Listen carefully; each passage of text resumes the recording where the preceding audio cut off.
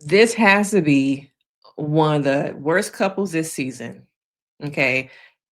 Nick and Annie. Now, I'm Denise Bray. I'm a therapist and I love to talk about reality TV. Where do we begin? Okay. They're bonded over the fact that it's a fad. Gayness is a fad. It will pass. It's only because you've been on TikTok too much. It's only because you saw somebody at school saying that they were non binary. That is why gayness exists. Okay. Because it's a fad, it's a trend. You know, this guy is an asshole.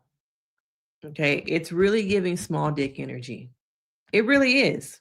Okay. Now I need you guys to hit that like, subscribe, do all the do's as we talk about this conversation because since when is being gay a fad?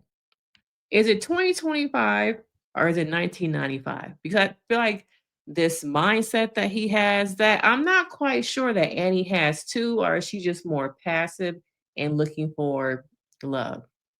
Now we come across a season of Love is Blind and okay, it's a mess. It's chaotic.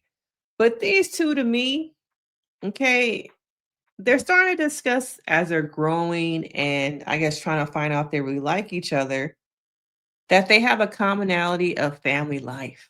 Okay, they share their opinions on raising kids and what happens when one child one day, the question comes up one day when one child might identify as LGBTQIA plus. What happens? And Nick asked this question of her, and she, of course, well, I wouldn't be the happiest. I wouldn't be jumping for joy, but I would still love them the same. AKA, I would tolerate because you're my child. Okay. It would be about tolerating. They said they're concerned for the well being, as they would not to, they don't want their child to be misinformed or influenced by other people. Because the only way nowadays that people come to terms with queerness, identifying, figuring out what gender they really fit into, or if they don't fit into any gender, is only with misinformation. Found out by influencers, people on the internet, and schoolmates, right? Right? It lets us know that as far as we have come, we really haven't. We really haven't. Okay. Now, Annie says she would love the child regardless, tolerate the child. Mm-hmm. Her attitude is very much like, well, if I had to have a gay child, I had to one of them, okay. And Nick also expresses the same type of attitude, worried that his future child might identify into the fad. Okay, into the fad. It's crazy that in some ways I feel like it's crazy that this conversation was aired, but then again, it's Love is Blind. Okay. And this show often to me appeals to certain parts of the world, but it also lets you know that it's not just older people, it's not just baby boomers that have these thoughts and opinions, it's young people too. And these are the type of parents who, to me, raise kids who are anti LGBT, who go to school and make fun of other kids because of the way they dress. Because last year Cindy wore a dress and now Cindy goes as her name is John. Okay, and they use pronouns. Oh, pronouns. Okay, let's create a legislation that if a teacher uses a student's pronoun or a name that they want to identify, we're gonna lock them up. Okay, these are them people. We're gonna lock them up and fire the teacher. On the birth certificate, it says Mary. I don't care if she want to be called James. I named her Mary. Okay, it was a very disappointing conversation. All right. Because where are we? Where are we? And not to mention this couple to me, they are one another's second choice. They both wanted different people. Now, Nick only didn't choose the other girl because he suddenly realized She wasn't Christian. She didn't believe in God. Even though I feel like he only heard what he wanted to hear because he wanted a wife to fit inside of a box. He wanted Stepford wife. He wanted Christian values. And she told him that she questioned God because she watched her mom for 10 plus years struggle with tumors, her body riddled with tumors, and how much pain her mother is. And how can a God really um, be this all encompassing God, but put so many people through pain? And I think it's a question that people have, as they go through different traumas and tribulations, different things. They start to question, how can a God do this to people? And no matter what your beliefs are, I do think it's important to have conversations when going into a relationship with somebody about your religious beliefs and your beliefs on human rights. Okay? Because now we are living a time where it is not about, oh, what I love you, but you support Trump, so maybe I could put that aside. Okay. I love you, but you made some comments about ICE needing to come over to the school and pick up some of these parents. Can you really turn? Oh, he was just joking, right? That's not really who he is, right? Are those things nowadays that you can really ignore? I don't think so. It's a situation now where we're living where you believe those things. And now people are openly comfortable with saying them out loud, not just in their household, not just with drinks with just friends, on social media, at work. They feel comfortable saying these things. Okay. And I think that once again, if it wasn't for the other girl, for him, the light bulb turning on of, oh, wait, you don't believe in God? You never told me that. And the nerve to be pissed off about her choice, her beliefs, and to be pissed off of saying, you never told me that. Well, we had a conversation about it. We talked about religious beliefs, and you told me you love me, but now you're upset because I don't have the same exact beliefs as you. And then he goes around and tells this girl he loved her. It's dangerous. Okay. And I think it's dangerous to be seeing this on TV because it feeds into, oh, you can say this out loud. They're playing this scene. Oh, there's other people out there who believe the same thing I do. They bonded over, I don't want to say a hate, 'cause I don't want to use that word, but it feels like they bonded over not liking people of a community, not liking LGBT people, not a part of their household. Okay. Where how did these people get put on this show? Who did casting? Are we gonna blame that girl from Seattle? Because ever since you came along since the casting, I see a lot of people blaming her. I can't remember her name, but people blame her a lot for the casting. Okay. But this guy is a dick. Even when he goes back to the pods, the way he talks to the other men. Oh, in a couple of days, I won't have to be here and listen to these dumbass conversations you guys are having. What? What? And it says a lot about where he was raised, where Nick was raised, his parents, their beliefs. And then they even go on to talk about, there's a scene also where he talks about his mother coming in when he was very sad in his room, and the mother asking, I want to ask you something. Are you gay? He's like, gay? No, gay. Mom, I'm just sad.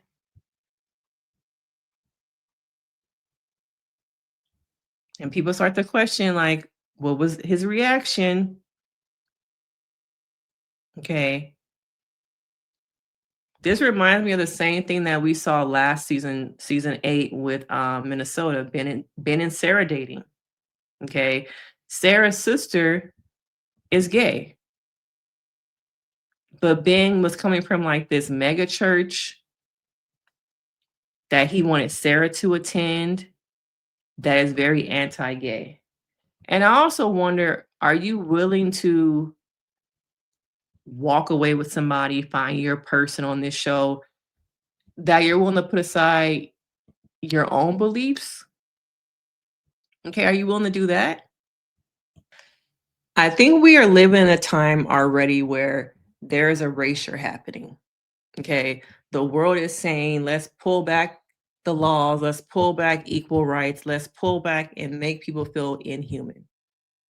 And I wonder if it's really irresponsible for Love is Blind to show this scene. But at the same time, it shows this is the world we're living in. These are the values that people want to look for in relationships sometimes. And even though you might not agree with their values, they do have a right to have them, even if they suck and they're shitty. This is why you have these conversations up front before you marry somebody. And now we see them going and get engaged. Okay. And people were really upset. And I want to go over some of the comments that people had about their conversation. Nick and Annie's conversation about potential children identifying as LGBTQIA is sickening beyond belief and tragic reminder of what our youth are facing. People deserve more than this. Okay. Over and over again, we're seeing crimes, we're seeing the rollback of rights, we're seeing the Supreme Court, and there are youth, young people watching this show and seeing that I don't matter.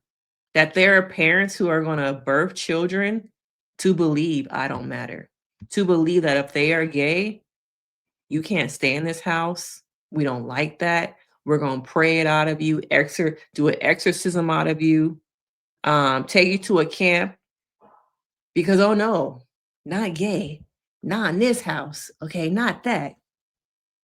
Okay. One more people said, yeah, I know who y'all are. The whole conversation between Nick and Annie on episode 4. I mean, not to judge, but I'm gonna judge. The question about future kids to his parents watching Fox News to the air. Yeah, okay. Okay. And I can see Nick going on past this show and his fame being used for that side, red states, being on Fox News, being, part of the next generation coming up, who are Republican. I could see it. Looking at Nick while he was talking about how he would encourage his kids to be LGBTQIA was crazy because he was in his pink shirt looking like a Ken doll. This Love is Blind conversation between Nick and Annie is awful. If anyone comes out to you, especially your own child, please never respond with, do you know what you're getting yourself into? Do better. Okay. Next conversation with Annie about the LGBTQIA community. And if their kid was a part of it, is very cringe. A fat WTF. I know what y'all are, wrote a person. Okay.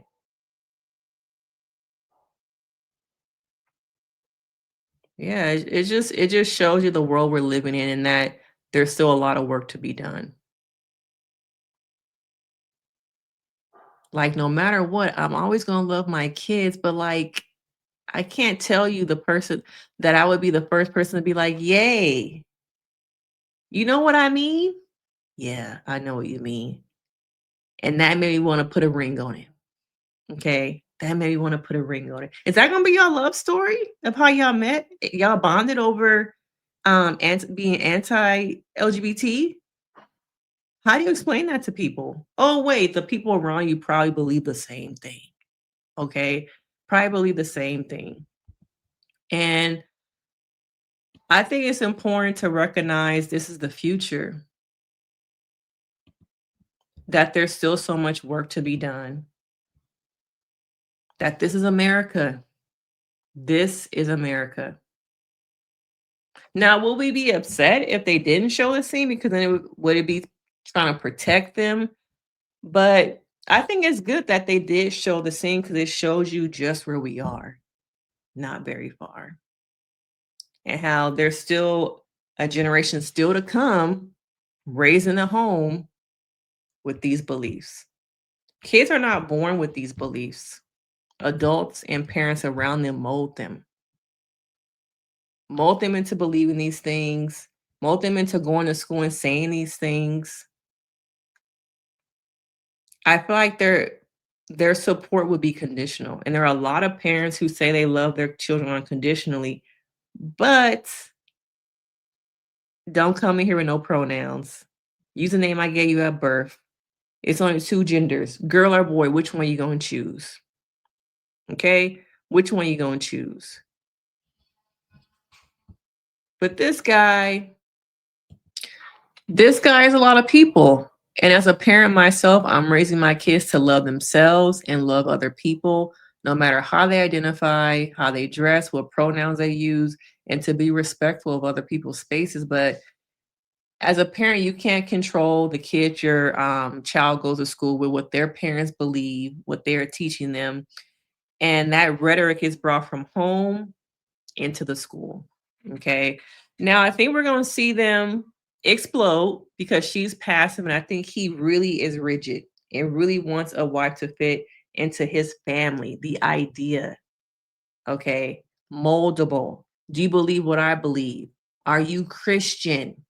Okay. Because as much as I was in love with that other girl, I can't marry nobody who ain't Christian. We have to have core Christian beliefs. Okay. And so I'm gonna need you to be on the same page. You on the same page, right? Okay, please say yes because I can't walk out of here without nobody. I'm really in love with the other girl. She really in love with the other guy, but we are each other's second best. Okay. We are each other's second best. And what do we see oftentimes on these shows?